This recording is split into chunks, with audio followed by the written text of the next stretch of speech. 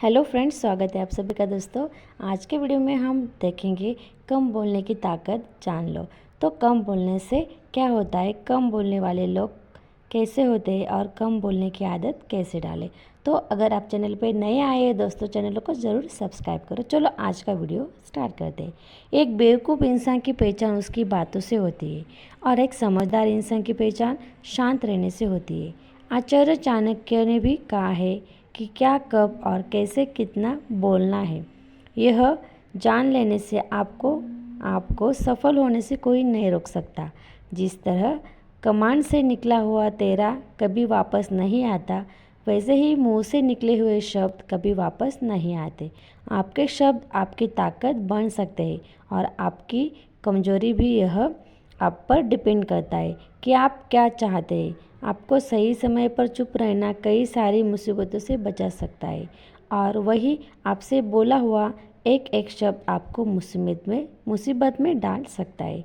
लेकिन फिर भी लोग अपनी जुबान का इस्तेमाल गलत तरीके से करते हैं। हमारे यहाँ कई साधु संतों, महाराजा और कई सारे सफल व्यक्ति का यही कहना है कि शांति में ही असली पावर छुपी है। इसलिए समझदार व्यक्ति को पता होता है कि कब, क्या और कैसे बोलना है। शांत रहकर आप अपने ओपोनेंट को कंफ्यूज कर सकते हैं। ऐसा इसलिए होता है कि जब कोई भी मेंटल होते हैं और उसने जो व्यक्ति शांत होता है, ज़्यादातर लोग उसे ही देखते हैं और उसे ही सच मानते हैं। आप किसी भी जगह जाओ, बस याद रखो कि शांत रहकर ही लोगों को जीत सकते हैं। जब आप बात करने जाओ तब यह मेरी बात याद रखना, जब सारे लोग शांत हो जाए बाद में भी अपनी बात रखी ताकि आपकी बात वह ध्यान से सुने। जब आप ऐसा करते हो तो आपकी बात तो लोग ध्यान से सुनते हैं, आपकी बात पर विश्वास करते हैं। ग्रेटेस्ट वॉरियर ने शांत रहकर कई सारे युद्ध जीते। उसका कहना था कि जब आप चुप रहते हो तब आप अपने दुश्मनों को कन्फ्यूजन में डाल देते हैं। जहाँ बसव आपके बारे में सोचना शुरू कर देते हैं।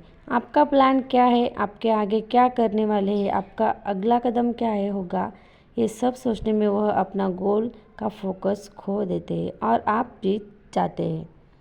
कहना यह है, बुद्धों की कहना था, बोलने से अपने अपने वर्ड को डीप क्वेश्चन के पास होने दें।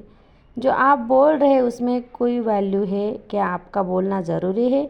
क्या इन वर्ड्स के कोई डिफरेंट पैदा होगा? इन 3 सालों का जवाब आपका किसी से बात करने से नहीं मिलेगा, बल्कि जब आप स्कूल शांत स्टेट में होंगे तब आपका फोकस इन सवालों पर जाएगा और आप बेहतर वर्ड्स को चूज़ करना सीखेंगे।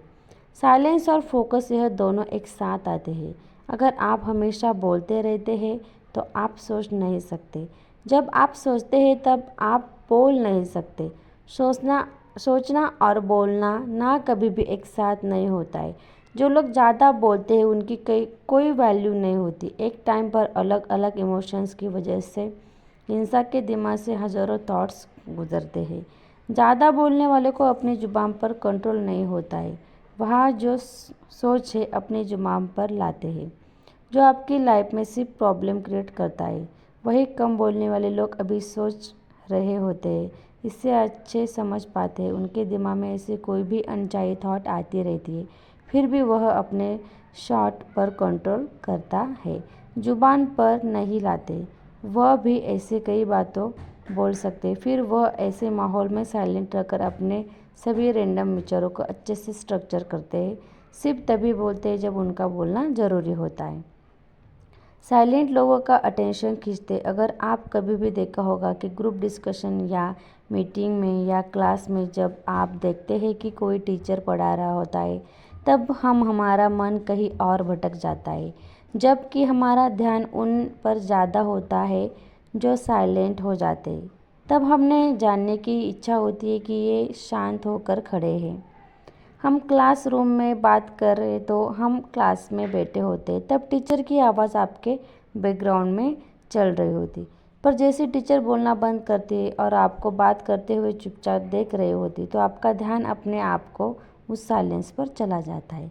आपके ब्रेन में सिग्नल उत्पन्न होते जो कहते हैं कि कुछ तो हुआ है और आपका ध्यान अपने आप तो दोस्तों इससे हमें एक सीख मिली है कि कम बोलना सीखो, हमेशा खुश रहेंगे आप लोग। तो जितना कम बोलेंगे उतनी आपकी जो वर्क होता है, कार्य होता है, सफल हो जाता है और किसी से समझौता करने की ज़रूरत भी नहीं होती।